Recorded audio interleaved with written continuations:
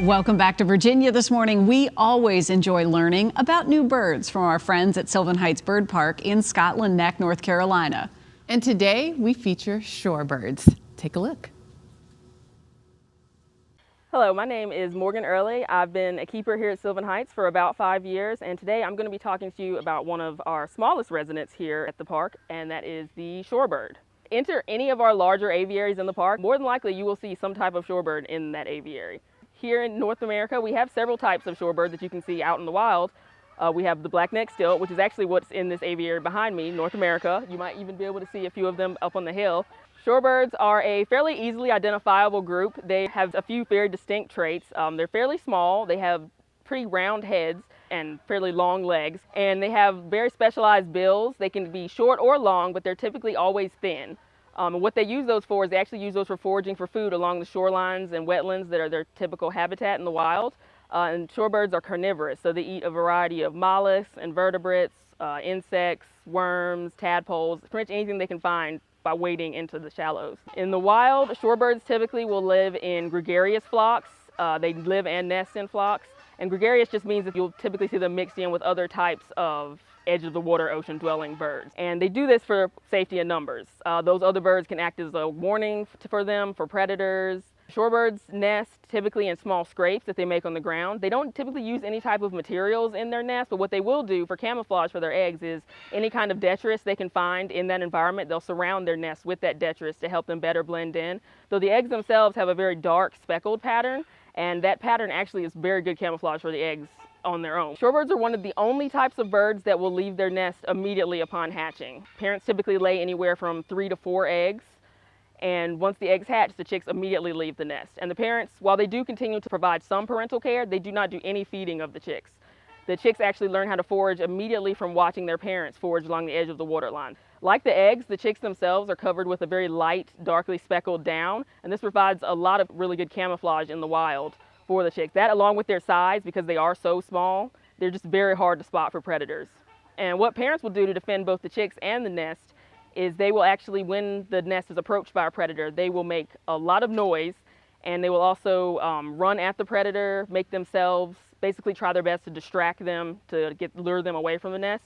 Sometimes they'll even, if it seems like that's not working, they'll even actually pretend to be injured.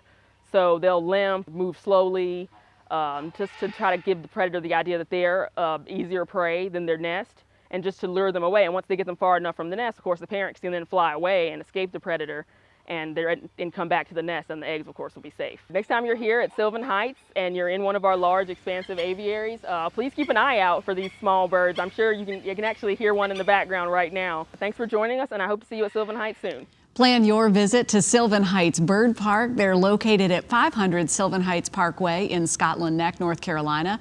They're open Tuesday through Sunday, 9 a.m. until 5 p.m.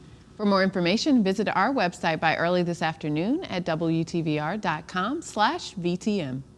All right, Andreas, this seems like a simple question, but are you a fan of birds? Not particularly. Oh. But, I mean, our friends at Sylvan Heights have taught us a lot of things, so I'm a little bit more comfortable than the first time I had a bird encounter.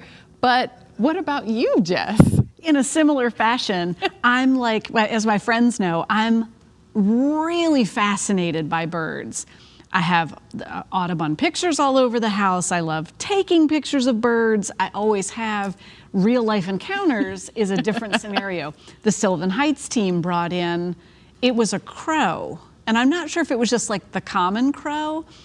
And it did what I have been petrified of always happening. It didn't go for my eye. It got my finger. And it like beaked onto my finger. Beaked on? It beaked, and you could feel it. The beak felt like what you would expect it to feel like.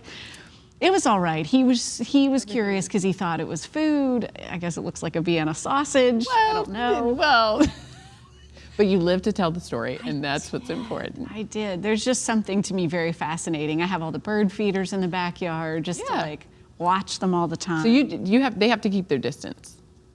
They need distance. It's better for them. They like to fly. It's what they need. It's what they need. They don't need to be near this. Forget what you need. Exactly. I cannot wait, though, one day to finally visit Sylvan Heights and take it all in, because what they've shared, the team's doing such great work there, and the space looks absolutely incredible. Oh, yes. That conservation that they're doing with the birds and helping with habitats and redevelopment in that way is just really cool. Incredible. I always learn so much when they're here. So yes, we need to take a trip I think it'd be down awesome. there. I think it's going to change our lives a little bit. They've got to make sure they feed all the birds before I get there, though.